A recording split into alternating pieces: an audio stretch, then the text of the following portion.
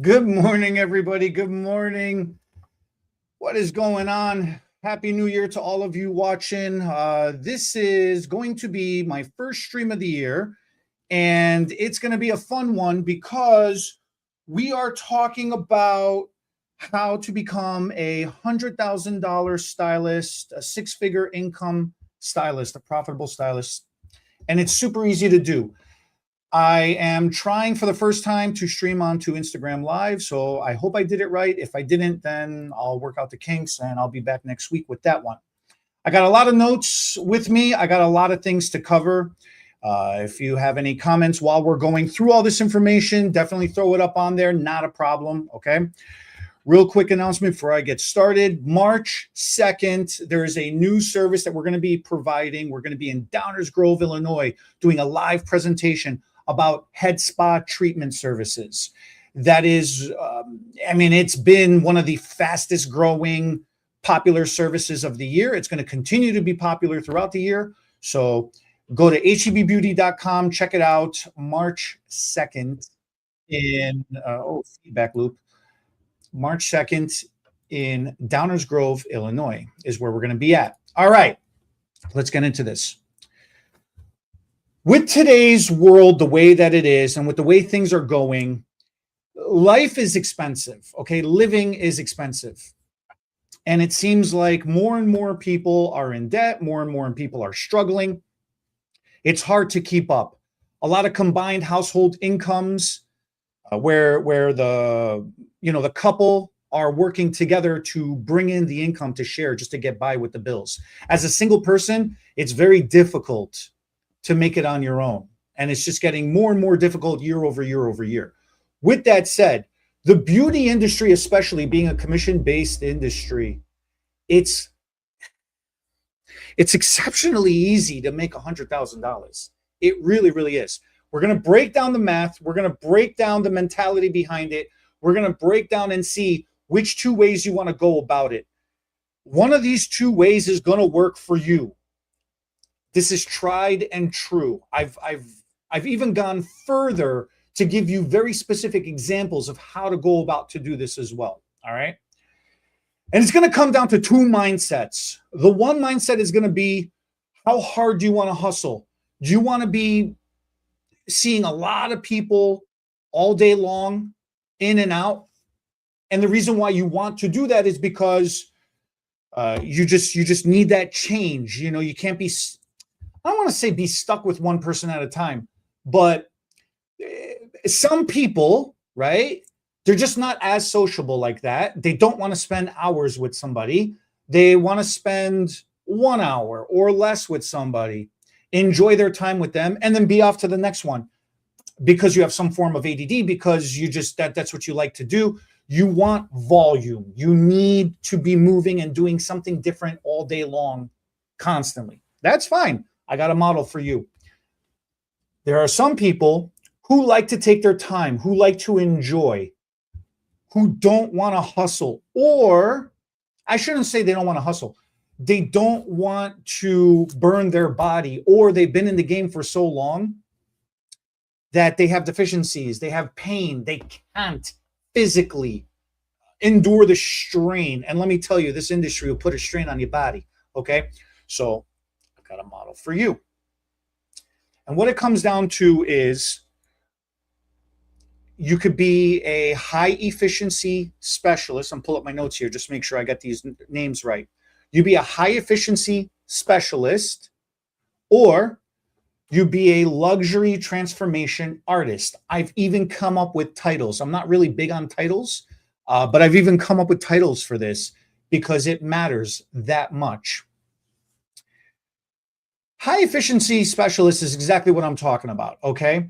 You want to service as many people as possible. You want to do it as at what you feel is a reasonable price, and you want to be available for everybody. The luxury transformation artist, you may be pricing people out. You may not, maybe not everybody may be able to afford your services, but the few people that will is totally fine. And you're going to spend your time and you're going to do them right. Either way, whichever direction you go, you're always going to be respectful of the service. You're always going to be respectful of the clientele you have. It's just going to be a numbers game of how many clients you need. All of this criteria that I'm going to be throwing at you is under the assumption that you are working either 4 days a week or 5 days a week, and you're working 50 weeks out of the 52 weeks of a year, okay? If you only want to work 2-3 days a week, then obviously that's fine. You can do it. You're just going to have to raise your prices even more than what I'm about to tell you. If you don't even want to work 50 weeks a year out of the 52, you want to work, 30 weeks, that's totally fine. Again, you're just going to have to adjust your numbers, raise your prices that much more again. And if that's what you want to do, so be it. Reason why I'm going with 50 weeks out of the year instead of all 52 is because these first 2 weeks of January, right after the holidays, tend to slow down a little bit for our industry specifically. The holiday rush from Halloween till New Year's, you see a lot of your clientele, almost all of your clientele come through in that short amount of time. And it takes that first 2 weeks of the year for your book to kind of balance out, okay? That's how it goes for most people. If you're smart about it, you can adjust it and then you can level it off. We've talked about that before on this channel, and there's other videos in the past. We could probably do a specific one for that again in the future if enough people want it. So let's say, first of all, listen how easy this is to make $100,000 a year. If you're only going to work 50 weeks a year, every week, you just need to make $2,000. However you do that is up to you. I'm going to give you a very simple, easy format to follow. But if you want to work one day and make all $2,000 in one day, then you work 1 day a week. Then that's fine. Go have fun. Do what you got to do. But on average, if you charge $50 a ticket, I don't care you're doing a haircut, a blow dry, a color service, an updo, whatever the service is that you are doing, if your average price is about $50 per service, you only need to do 8 clients that day. All right? And you make $400 and you work 5 days a week, Tuesday through Saturday, the average schedule, you made your $2,000. You've met your weekly goal. You'll easily make $100,000. Now, most people nowadays charge more than $50 a service. They're charging $60 to $70 to $80 to $100, $125. Either way, the more you charge, the more you make, okay? I'm going with these figures and these numbers because it's balancing overhead costs. You need to make a minimum. You need to be clearing a minimum of $50 per service per client, and all you need is 8 clients a day. It's not a lot of clients, okay? It's not a lot of clients at all. And depending on how often they come in, I'll go over that in a little bit as well too. For those of you that want to be the high ticket stylist, you only have to work 4 days a week. A high ticket stylist on average is about $250, okay? That's your high tickets are like your balayage services, your keratin smoothing, your hair extensions, your head spa treatments. Those are your luxury services, okay? Hair replacement, toppers, volumizers, all that good stuff. Relaxers, permanent straightenings, perms. Those are your high ticket services. So yeah, getting $250 for a service like that is very reasonable to say. It's not a far-fetched number that I've made up, all right? Now, you only need to work 4 days a week. You only need to make $500 a day, so you only need to do 2 clients. If you don't want to charge $250, let's say you only want to charge $125, well, then you only need 4 clients a day. You still made your numbers. You still made your math. You're still making your $2,000 a week. Boom, you're done. Easy. Okay. Now you get to spend an hour to 2 hours on each client. You don't have to spend, 3-4 hours on one client.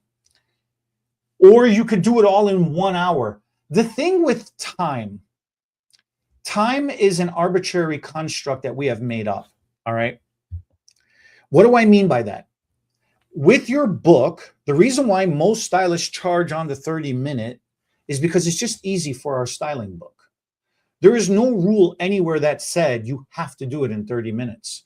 There are some stylists, they charge 45 minutes per service. There are some stylists, they charge an hour per service. Some stylists, they charge 2 hours per service. It's all over the place. There is no rule that says a haircut must take, oh, look at the barber shops. They got a line out the door. They're charging $5 haircuts. They're doing 5-minute haircuts. They're making $1 a minute. It's freaking awesome. I mean, either way, whatever you do, as long as the service is done, don't get stuck on time, okay? Because when you get stuck on time, you're going to handicap yourself. You're going to put yourself a limitation on what you can and cannot produce. So I don't agree with charging by the hour or working by the hour or charging by the time. It's all about the service. Some clients want to be there for a long time with you all day. Some clients want to get in and out. They don't care. So you're paying for your skill set. Your skill set sometimes may take you this much, may not take you as much time sometimes. So that's the whole thing. You're going for speed. If you're going for high efficiency, if you're going for luxury, you're going for expertise. Your ideal client is for the high efficiency. You want somebody who's busy. They've got kids.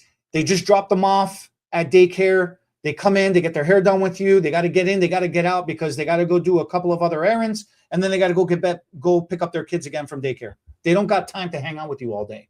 Okay. Or somebody's on their lunch hour. They've had meetings all morning. They're coming in, they're getting the hair done with you, and they got to get back to the office. They got to get back to work, or vice versa. They've been doing paperwork all day. They're with you. They got a presentation coming up. They got to get their hair blown out so they can look presentable. They got to go. All right. The busy professional, the busy person with responsibilities that's got to go run around. The luxury service, you know what? Equally could be the same thing, or it could just be somebody who wants time for themselves. They got some me time that they want to do. A lot of clients that come in, they like to hang out at the salon. After we're done with their services, they still hang out for an extra 15, 20, 30 minutes. They just don't want to leave. Why? They're having fun. They're enjoying themselves. And they got time to burn. They got time to kill. You know what? So be it. Some clients, it's their sanctuary. The thing that trended a lot in 2025, 2024, and 2025 was the quiet appointment, where clients would literally come in with a laptop, or they just come in with a book, and they actually didn't want to gossip. They didn't want to talk. They didn't want to do anything. They just wanted to sit quietly, get their hair done, and just meditate and relax and just have that hour to themselves of just nothingness. And a lot of smart salons banked on that too. And I'm all for it. Why not? You know, the only time you interrupt that service is when you have to have a talk with your client at some point. And that talk has to be, this is what's going on with your hair. You know, whether it's a consultation time, you need to say like, this is how you're maintaining your hair. And this is how you need to set up your regimen to continue to maintain your hair, you know, after they leave the salon. Outside of that, all the small talk, if you will, forget about it. Skip it. That's fine if that's what somebody wants. When you're going to market yourself as a high efficiency stylist or a luxury artist, either way, the vibe that you're going for, you want referrals. You want to be in everybody's face. You want people to be talking to people. You want to be out there. You're throwing yourself out there because you're wanting a lot of people to come in. So you know you're making yourself available. For the high luxury artist, you're an artiste. You get to have that vibe. You're very picky. You're very choosy with who you deal with. You know, your time is yourself. Your time is for yourself, and your time is for your client. And it's the relationship that you're building. And so if you get the good juju from somebody, if you're feeling that good vibe from somebody, then you'll take them on as a client. You'll do the consultations with anybody, but just because you do a consultation with anybody doesn't mean that you are for everybody. So it's a little bit of that secret club, if you will, and everybody wants to get in. And at the end of the day, because your average ticket price is very high, so you're just not going to be there all day. Maybe you're only going in for a few hours and then you're done for the whole day. So that's the difference, okay? Now, you could supplement all of this with retail sales. You can supplement all of this with add-on services. There is 100,000 different ways you can go about this. The number one complaint I hear, let's talk about this. The number one complaint I hear is, yeah, okay, all these numbers I'm throwing out there sounds easy, Eddie, but you need the clients to be able to do anything what I'm saying. Yeah, you do need the clients. How many clients do you actually need? Okay. We've talked about before in the past, we've talked about on average, you just need 160 clients coming in every 4 weeks. And you need to be, if you're clearing $100 ticket, you easily make a 6-figure income. Okay. Now, I got comments. People were saying, that's unrealistic. That's unrealistic. You can't guarantee somebody's going to be coming in all the time, All right, fine. And then some people tell me, well, I don't live in a big city, like you do. I live out in the sticks. Yeah, that's fine too. And then some people are like, oh, I don't know. I don't have that many clienteles. There's just too much competition. That's my favorite thing to hear. There's too much competition. There's too many stylists in my area. Guess what? I ran the numbers. In Illinois, okay, that's the state I'm in. I'm in the Chicagoland area. There are just shy of 20,000 registered cosmetologist licenses. Okay, cosmetologists. So it was 19,000 something. Now, how many of that 19,000 something, just shy of 20,000 cosmetologists are actively working behind a chair? I don't know. Don't care. The point is this. Here is some actual numbers. You need to be a 1%er. I talk about this all the time. There is enough population out there. There is enough potential clientele that exists out there that you only need 1% of the population, and there is an abundance of clients more than what any of us all can handle. All right. As of 2025, the Census Bureau estimates the population of the United States at 342,034,432 people. Okay? 342 million people. That's the population of the United States. If you take 1% of that population, that is 3.4 million clientele, potential clientele. 3,420,344 clients, potential clients. If you are the type of the stylist who is willing to travel the country, and there are some stylists that do that, 3.4 million clients you have available to yourself to advertise to, okay? Now, if you're not willing to travel the country, you just want to stay in your own town, then 1% of that 3.4 million is 34,203. You know what? A lot of towns, I'm not saying all the towns, but a lot of towns have a population of 34,000 people and more. And if you're in a smaller area, then by default, I've spoken to you. You all go by county. You don't go by your individual towns. You all go by the county population. And the county population could hit 34,000 easily. Easily. All right? And if you're willing to travel, or if you're willing to advertise to that large of an area, you got 34,000 people you can hit up. Now, if you just want to stay local, you just want to deal with your own little self. Maybe you work out of your house. Maybe you have your own private studio. Maybe you're just renting a chair out of a salon. Maybe you're a commission stylist that only works in a salon. Whatever your scenario or your situation is, that's totally fine. That only gives you the ability to advertise to your immediate surrounding. Yeah, then that's totally fine. Because 1% of 34,000 is 342. Okay? 1% of 34,203 is 342. So you just need 342 clients. Are you going to get 342 clients? Realistically, yeah. Could you do it? Yeah, easily. There are stylists that have way more than 300 clients. All right. How you break that down per day? 3 clients a day, 3.4 clients a day. So like 3 to 4 clients a day. If you're doing luxury services, if you're charging over $100, you only need to see 3 to 4 clients a day. If you're not charging over $100, you're only in that $50, $60 range. Then you only need 8 clients a day. So the math that I talked about earlier, right? 8 clients a day gets you to $2,000 a week. 50 weeks gets you to that $100,000 income a year.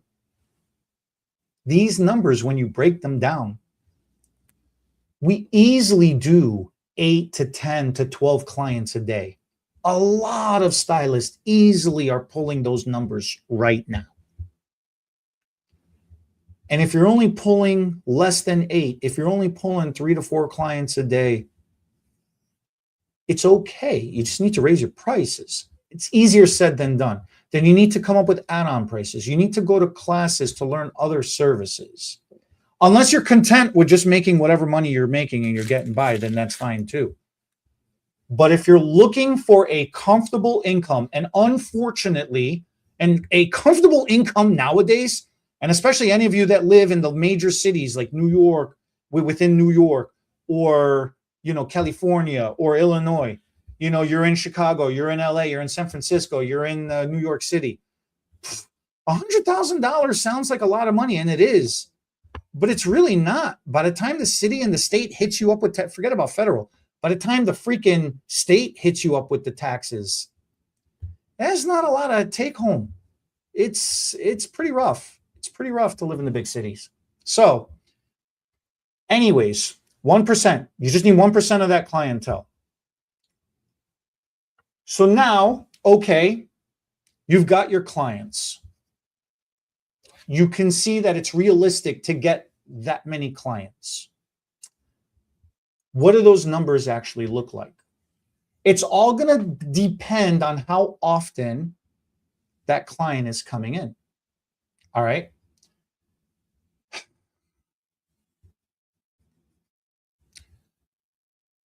If you're charging low ticket prices, if you're charging $50 or less, and you got clients coming in every 4 weeks, then your average income is going to be about $68,400. Or excuse me, I said that wrong. Scratch that. If you only have clients coming in 4 times a year, not every 4 weeks, if they're only coming in 4 times a year, so you have those clients that only come in, every 2-3 months, every 13 weeks, 14 weeks, 15 weeks, 16 weeks. They only come in every 3 to 4 months. And if your average ticket is about $50-$60, then you're going to be making about $68,000, just shy of $70,000. If you're a high ticket stylist and you're charging about $250, okay, let's say you're charging about $125, okay, then you make about $160,000, $170,000 from that same client that only comes in every 3-4 months. If you're charging $250, then you're making about $340,000 a year, $342,000 to be exact, at $250 every 13 weeks, a client coming in 4 times a year. Okay. You would need a lot of clients. You'd need that full 342 clients to be full booked, to be able to produce these kind of numbers.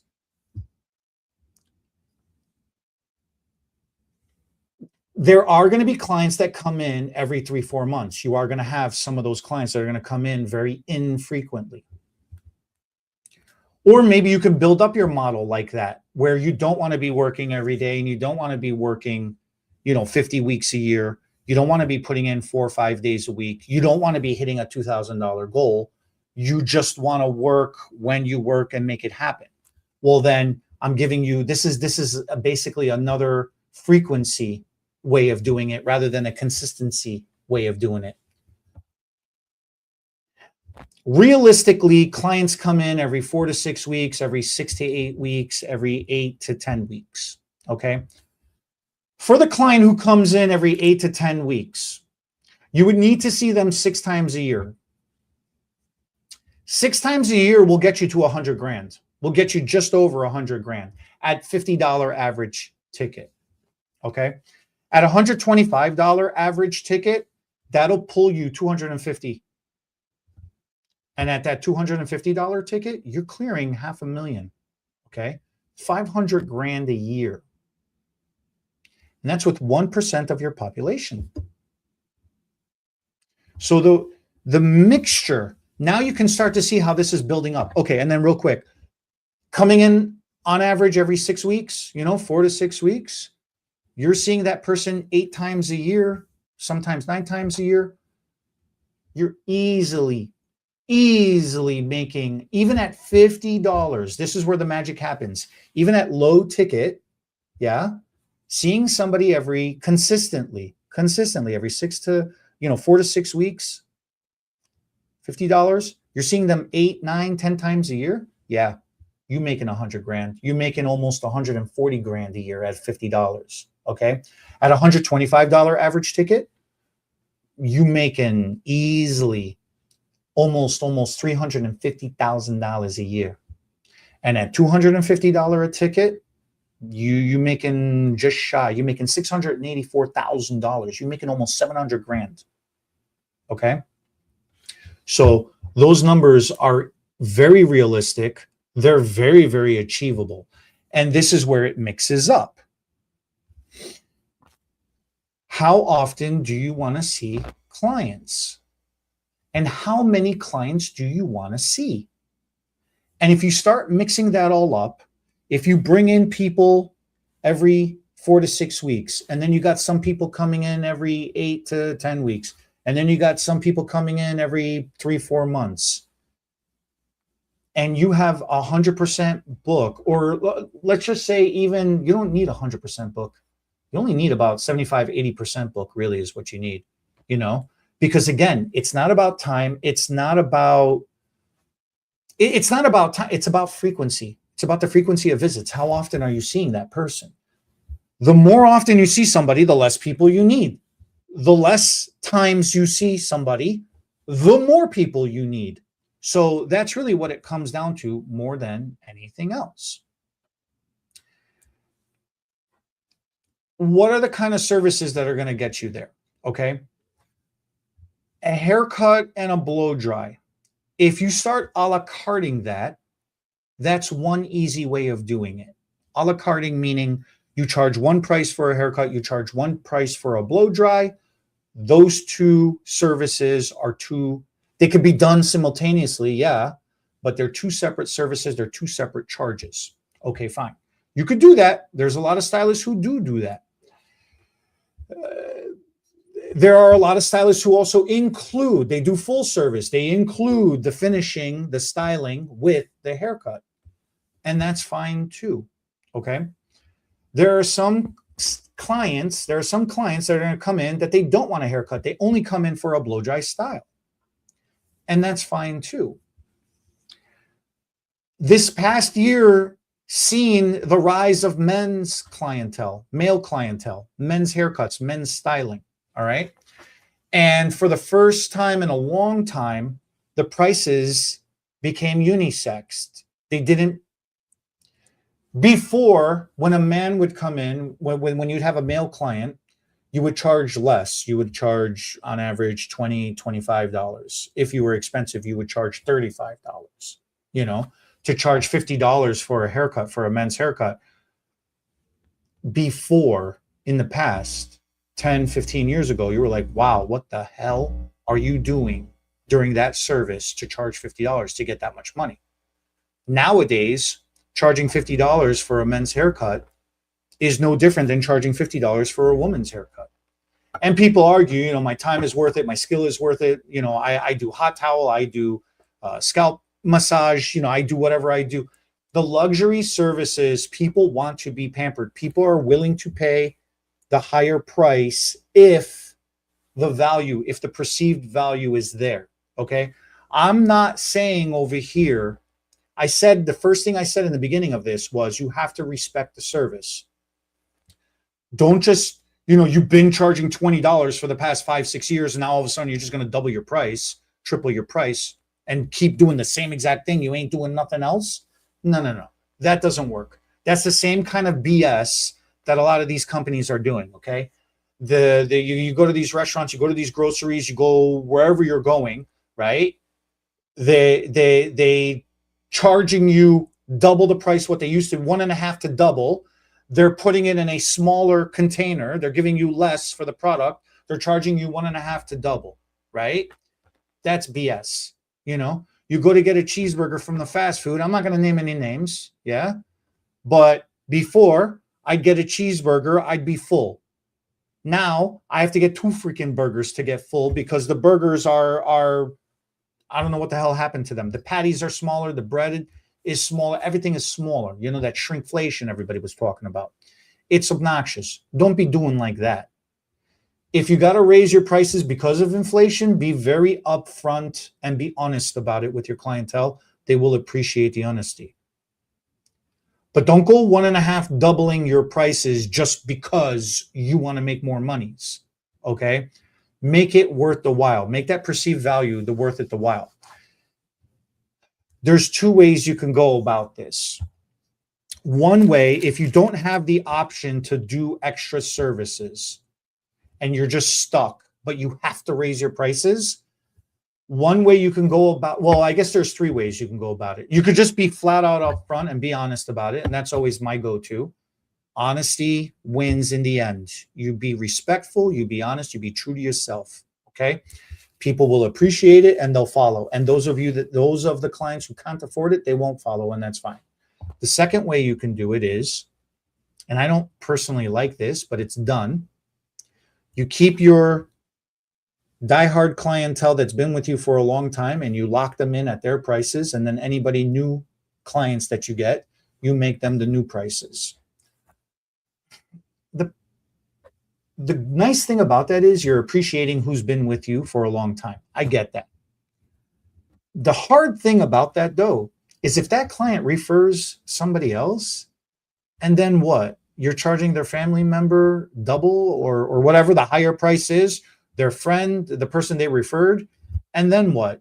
If they talk to each other and they say, oh, yeah, she only charges me this much. Oh, why she charges me this much? It looks like we got the same thing done.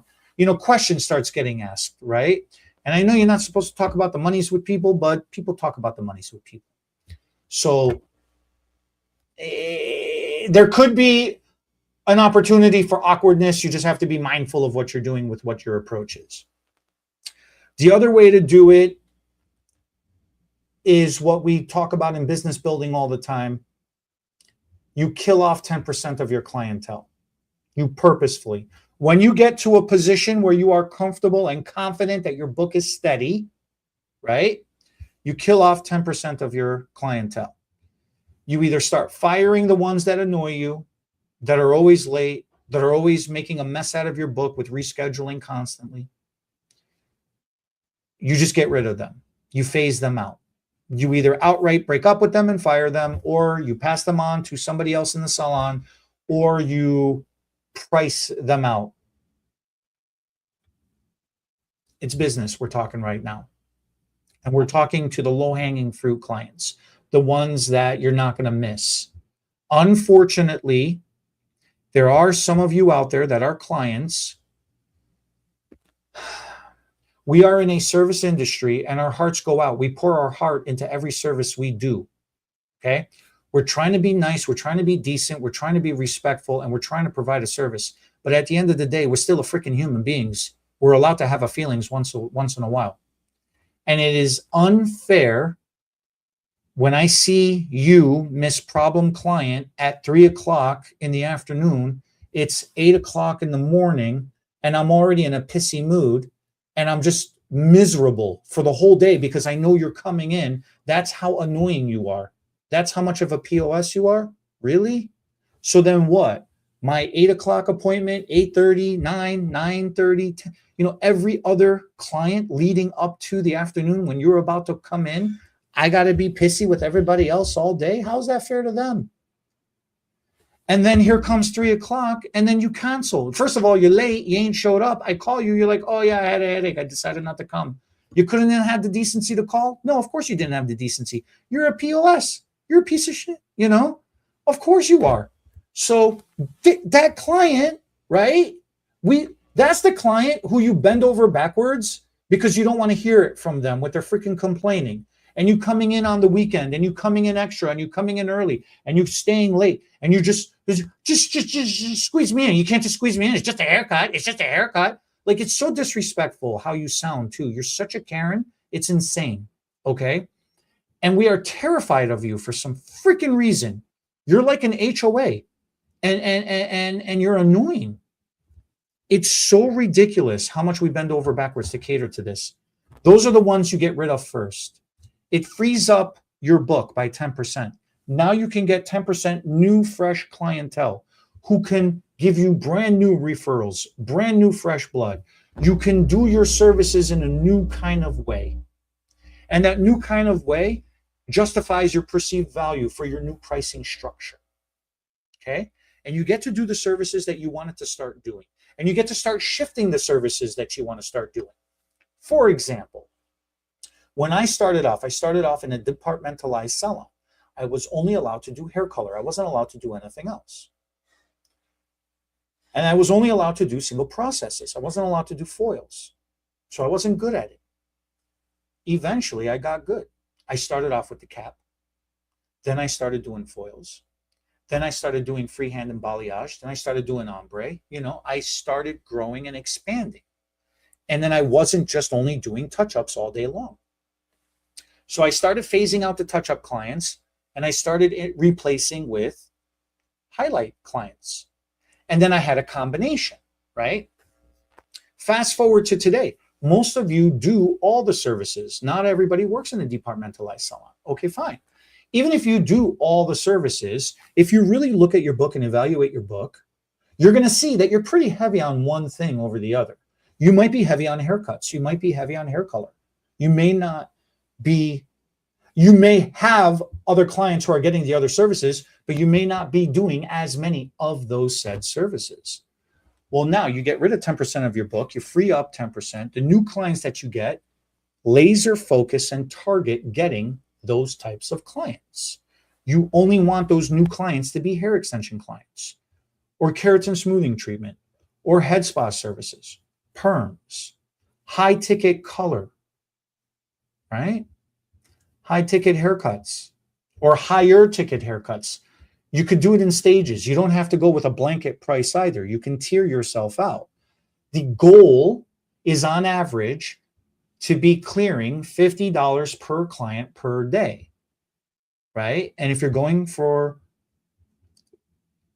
8, 9, 10 clients, if you got at least 8 clients, you're done. If you did 10 clients, then you only need $40 per client. If you're doing 10, you're still making your numbers for the day. It all works out. It all works out. So it's not unreasonable what I'm suggesting. It's not unreasonable at all. Now, when you have this new clientele coming in at these higher ticket items, services, they can refer clients for those kind of services as well.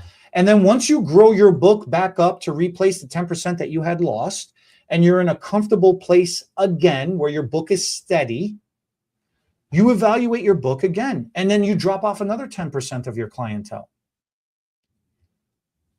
There is a thing called attrition, client attrition. It's sad, it's unfortunate, but we are with our clients for a long time.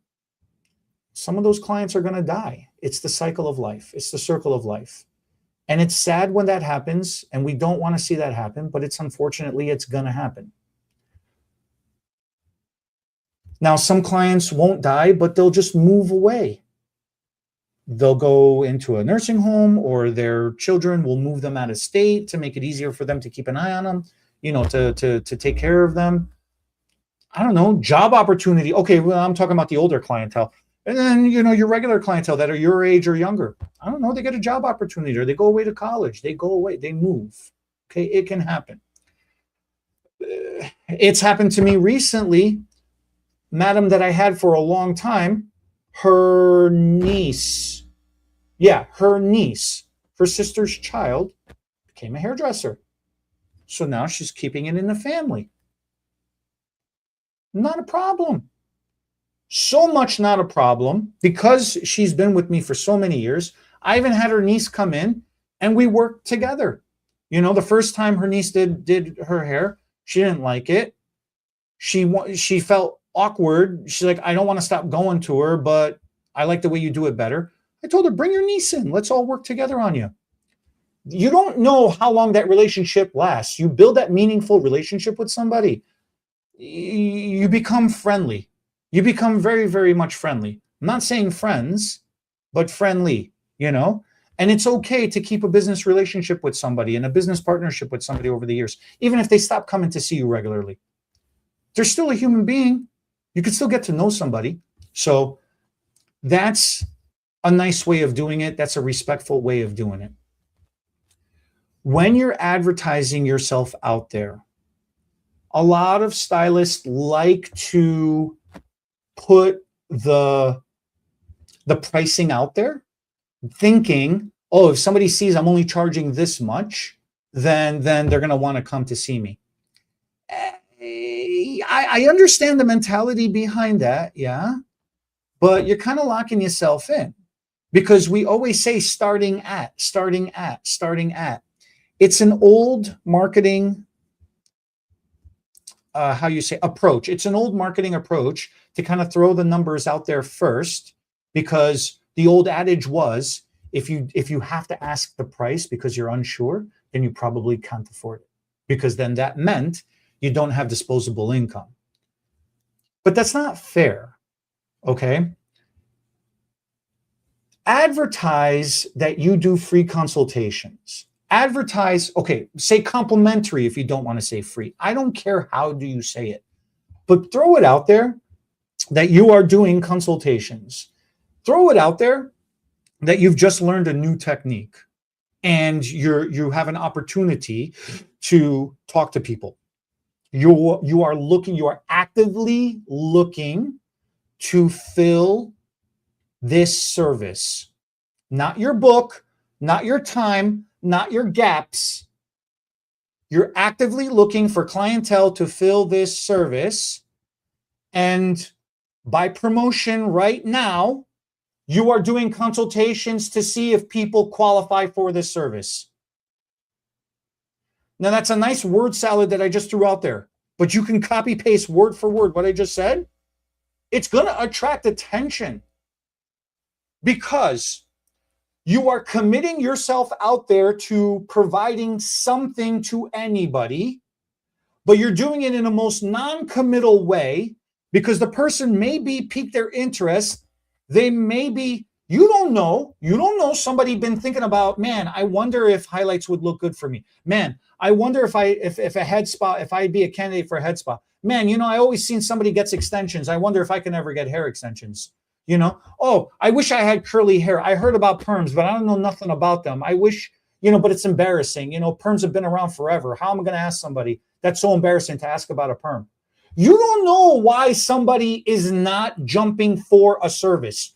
When we've surveyed clients who have left their stylist and have gone to a new stylist, one of the number one reasons why a client will leave their current stylist that they have been with for years is because the stylist, although great personality, love them to death, they just stopped recommending things and they wanted something new, and they didn't think feel or wonder if their stylist was up for it, to do something new. So they were willing to go somewhere else to experience something new to see if they would like it. Now they're in this freaking weird, awkward position. They don't know what to do about it. They don't know how to fire their old stylist to go to the new stylist. They're embarrassed, especially if it's in the same salon. They're embarrassed. They start playing this dumbass game. Oh, what day does she work? What day does she work? I'll come on this day because I'll come at this time because she's not there. I don't want her to see me. I don't want her to hurt the feelings. What? Or they start making excuses. Oh, I can't come to see you this time because I broke my leg. Oh, because I fell out of a helicopter. I don't know. They start making up crazy things. So embarrassing. You should always be telling your client, you just went to a class. You just learned something new. And if you haven't gone to a class, I just seen on Instagram Live. I just seen on Facebook Live. I just seen on YouTube Live. This psycho guy talking crazy stuff. I just learned something listening to this psycho guy. I don't know. You just seen a video. You just had an epiphany, for the love of God. We are artistic creatures. I told my client one time I was sitting there watching a TV show. My wife, she loves watching cooking show, right? We watching Ramsay yell at somebody. That pasta looked freaking delicious. It probably didn't taste so good. I don't know. He was yelling at them about something, The scallops was raw and they forgot the salt, and I don't know what the hell he was going on about. It was freaking hilarious to listen to it, though. Point is, I'm sitting there looking at that pasta and I'm looking at that spaghetti and I'm seeing how the noodles and the sauce, how it's all mixed together. Freaking gave me this creative idea for blonde on red highlights. Okay? I don't know why. Don't ask. I was so excited. I was talking about that episode for the entire week at the salon to clientele. And I was asking who wanted to go red. Who wanted to color their head red with blonde highlights? I didn't get to do it. What I did get to do was I got to start doing red lowlights on blonde clients, on blonde highlighted clients with blonde hair. I got to do red lowlights. Was that so much fun? So much fun. Okay. And it increases the ticket because now we're doing a targeted creative thing. It just builds the momentum that you always got something going on. People always want something new. Even if they want the same old, let the client tell you same old. And even when the client does tell you they want the same old, tease them nicely, respectfully, playfully. Tease them. Plant the seed of doubt. Say, okay, I would do the same old today, but one day, you're going to ask me for something different. I'm going to be here. I'm going to be ready. And then they're like, no, I've had this for 20 years, I don't know why I did the Marge Simpson voice, but just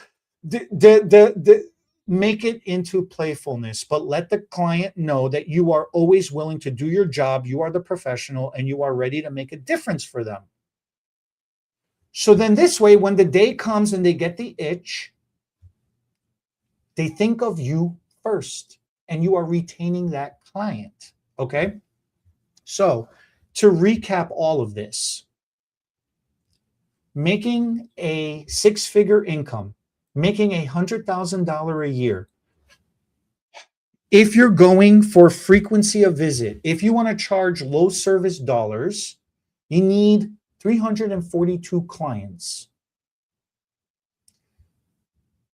coming in at a minimum every 3 to 4 months. Ideally, you would want them coming in, you'd love them coming in 4 to 6 weeks. Realistically, nowadays, by today's standard, you need 6 to 10 weeks, okay, is what the average client is coming in nowadays, unfortunately. Well, yeah, no, it is unfortunate because clients should be coming in every 4 to 6 weeks for the best possible health of scalp and hair as well. But scalp health, you should be going into your stylist every 4 to 6 weeks. You should be taking care of yourself every 4 to 6 weeks. With that said, realistically nowadays, we're seeing clients coming in every 6 to 8 weeks. So you need 342 clients. On average, if you're charging low tickets $50 or more, you need to see about 8 clients a day. You need to work about 5 days a week. $2,000 is your goal. You need to make $2,000 a week. It's not that difficult to do. If you're charging more than that, if you're charging $125 on average, yeah, then you need about 4 to 5 clients a day to hit that $2,000 a week goal. If you're charging about an average $250, you only need to see about 2-3 clients a day. Very attainable, very, very reasonable. So with that said, I'm going to close off by saying this. I thank you all for hanging out this long and watching this. Downers Grove, March 2nd, Downers Grove, Illinois, at the Hilton Hotel. That's where we're going to be doing our head spa service. We're going to be bringing in a very special guest educator, Jeremiah Simmons, okay? And he's going to be showing us the head spa service. The going rate on average for a head spa service is $150. It's a fun, amazing, easy to do service. Okay. Go to htbbeauty.com to sign up for that one. Space is limited, but that's going to be a fun class. I myself, I'm Eddie Ohanian. I'm going to be teaching a lot of classes January, February, and March. Color classes, especially color placement classes, is the next ones I have coming up, and scalp health and hair extensions. So those are the 3 rotations that I'm doing. January, February, March, this next 3 months, okay, leading up to the hair show coming up at ABS.